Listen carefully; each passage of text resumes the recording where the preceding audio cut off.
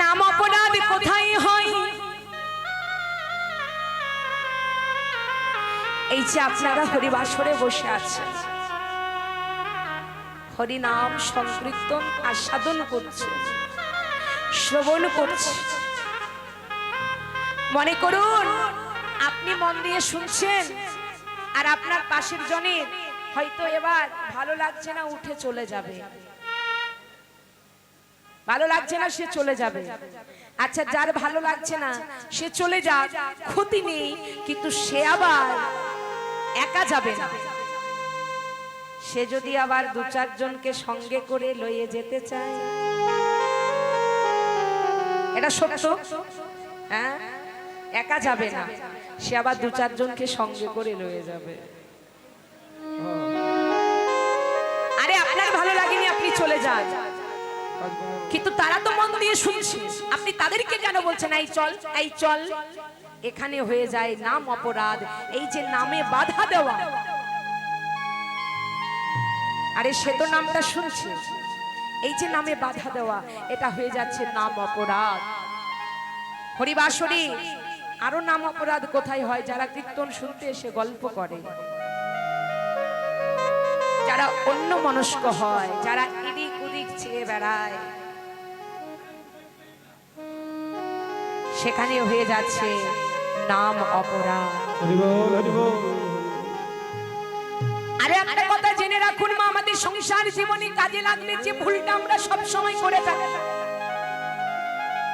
সেবা অপরাধ কোথায় হয়? সেবা অপরাধ। এই যে কীর্তনটা শুনছেন, এই যে হরিনামটা কর্ণে প্রবেশ হচ্ছে, এটাও কিন্তু একটা সেবা। হরিনাম শোনা এটাও সেবা। সেবা অপরাধ কোথায় হয়? দেখবেন বাবা, অনেক ব্যক্তি থাকে বাড়িতে হয়তো বিরাট এক ভোজ কাজের আয়োজন করেছে, হাজার হাজার মানুষের সেবা দেবে, বিরাট ভোজ কাজের আয়োজন করেছে।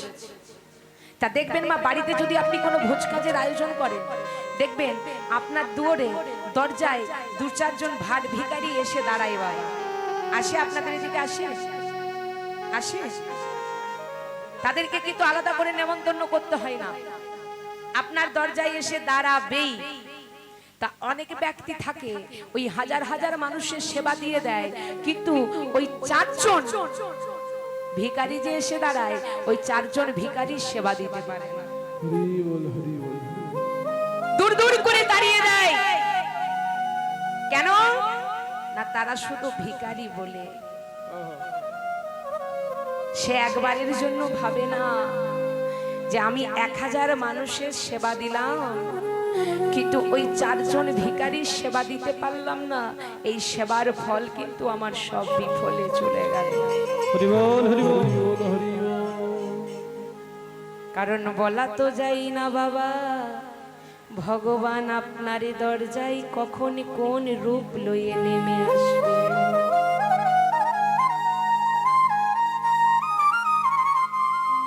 ভগবান আর তো তার নিজের রূপ লইয়ে নেমে আসবে না।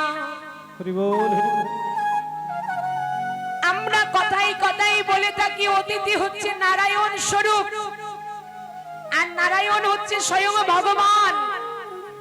আপনার দরজায় কোনো ভিখারি এসেছে, হ্যাঁ বলা তো যায় না, ওই যে অতিথি, ওই যে ভিখারি, সে যদি ভগবানের রূপ লইয়ে আসে, ভগবান যদি ভিখারি সেজে আপনার দুয়ারে আসে আর আপনি তাকে দূর দূর করে তাড়িয়ে দিলেন, তাহলে কি হয়? হরি বল, হরি বল, হরি বল। আপনি সেবা তো দিলেন না, 1000 মানুষের সেবা দিলেন, মনে মনে ভাববেন এত মানুষের সেবা দিলাম, কিচ্ছু লাভ হবে না। ওই যে চারজন ভিখারিকে সেবা দিতে পারলেন না, আপনার সেবার ফল তো বিফলে গেলই, এবং সেবা অপরাধের অপরাধী হয়ে গেল। হরি বল, হরি বল। সব অপরাধের ক্ষমা করবেন, ক্ষমা হয়ে যাবে, কিন্তু কেউ যদি বৈষ্ণব অপরাধ করে, বৈষ্ণব অপরাধের ক্ষমা হয় না বাবা। তাহলে বৈষ্ণব অপরাধ যদি জানতে হয় কখন কিভাবে হয়, একটু আমি বলে যাচ্ছি। এই যে বাবা হরিবাসর এই যে খোল দুটি বাজছে, দেখুন এই যে, আচ্ছা এগুলো কি দিয়ে তৈরি? এই যে খোল দুটি বাজছে কি দিয়ে তৈরি? এরা হ্যাঁ মাটি দিয়ে তৈরি। আচ্ছা আপনারা কেউ কি জানেন এই যে মাটি দিয়ে তৈরি খোল, এদের নাম কি খোল? হ্যাঁ, এদের নাম শ্রীখোল বা মৃদঙ্গ। মৃৎযুক্ত অঙ্গ সমান মৃদঙ্গ, মাটি দিয়ে তৈরি বলে এদের নাম হচ্ছে মৃদঙ্গ। আচ্ছা মা জানেন এই মাটি দিয়ে তৈরি এই শ্রীখোলটা ছিল কে? কে ছিল? আস্তে এই শ্রীখোলটা ছিল মেধাসুর নামে এক দৈত্য। মেধাসুর নামে এক দৈত্য, এই দৈত্য করেছিল বৈষ্ণব অপরাধ। বৈষ্ণবের বুকে লাথি মেরেছিল, বৈষ্ণবের অঙ্গে লাথি মেরেছিল, কিন্তু নিজে ভুলটা করে নিজের ভুলটাকে নিজেই বুঝতে পেরে গিয়েছিল। দেখবেন বাবা, কেউ যদি নিজের ভুলটা নিজে বুঝতে পেরে যায় তাহলে কিন্তু অনেকটা ক্ষমা করে দেওয়ার সুযোগ থাকে। তা নিজের ভুলটা সে নিজে বুঝতে পেরেছে, আর বুঝতে পেরে ভগবানকে ডেকে বলছে, হে দয়াময়, হে কৃপাময়, আমি জানি আমি ভুল করেছি, আমি জানি আমি অন্যায় করেছি, আমি বৈষ্ণব অপরাধ করেছি, আমি বৈষ্ণবের বুকে লাথি মেরেছি। বলো না তাহলে এই অভিশাপ থেকে কি, এর থেকে কি আমি কোনোদিন মুক্তি পাবো না? বলো না দয়াময়, বলো। হ্যাঁ, মানছি আমি ভুল করেছি, মানছি আমি অন্যায় করেছি,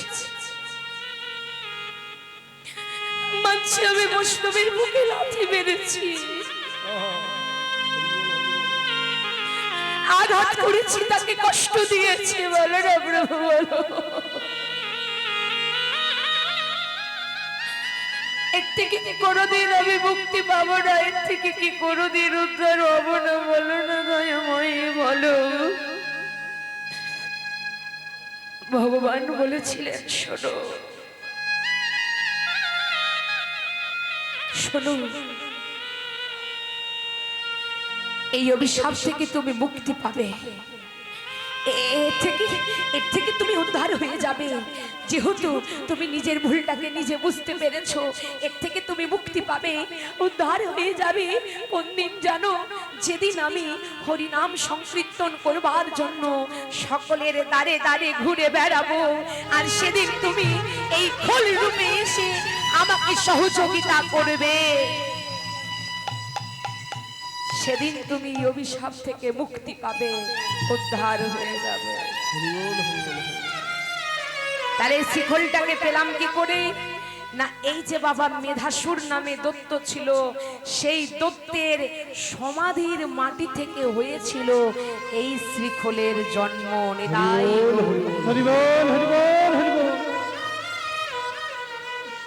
তাইলে মা সাবধান, হরিবাসরে এসে কেউ নাম অপরাধ করবেন না, অপরাধীর অপরাধী হয়ে যাবেন না। তাই রাধারানী বলছি, ওরে ও সখী, আমি তো এত ভাগ্য করে আসিনি বল, যে নিজের হাতে মালাটি গেঁথেছি, আর এই মালাটি লয়ে আবার প্রাণবধূ আমি আমার প্রাণ বল্লভ গোবিন্দের গলায় পরিয়ে দেব। বল না সখী,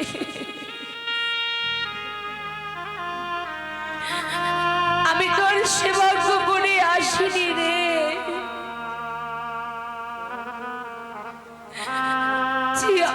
আমি এত যত্ন করে এই মালাটি গাঁথলাম, আর সেই মালাটি গেঁথে আমি আমার গোবিন্দের গলায় পরাবো। বললাম সখী,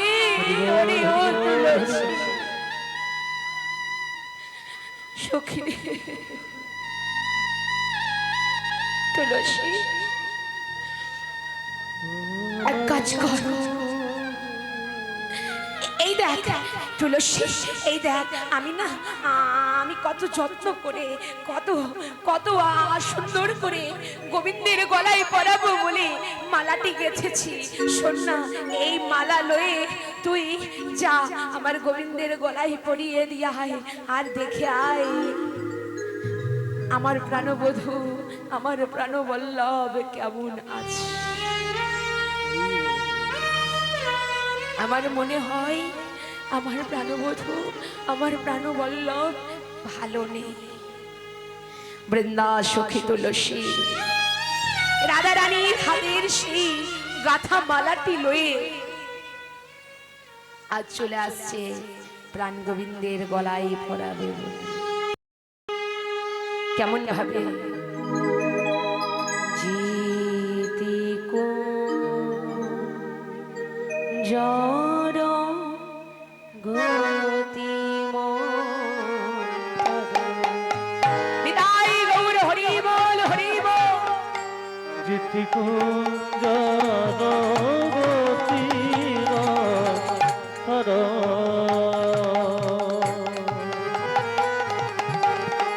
জিতি কুঞ্জর গতি মন্থর চলো তো সব নারী, চলো তো সব নারী, জিতি কুঞ্জর গতি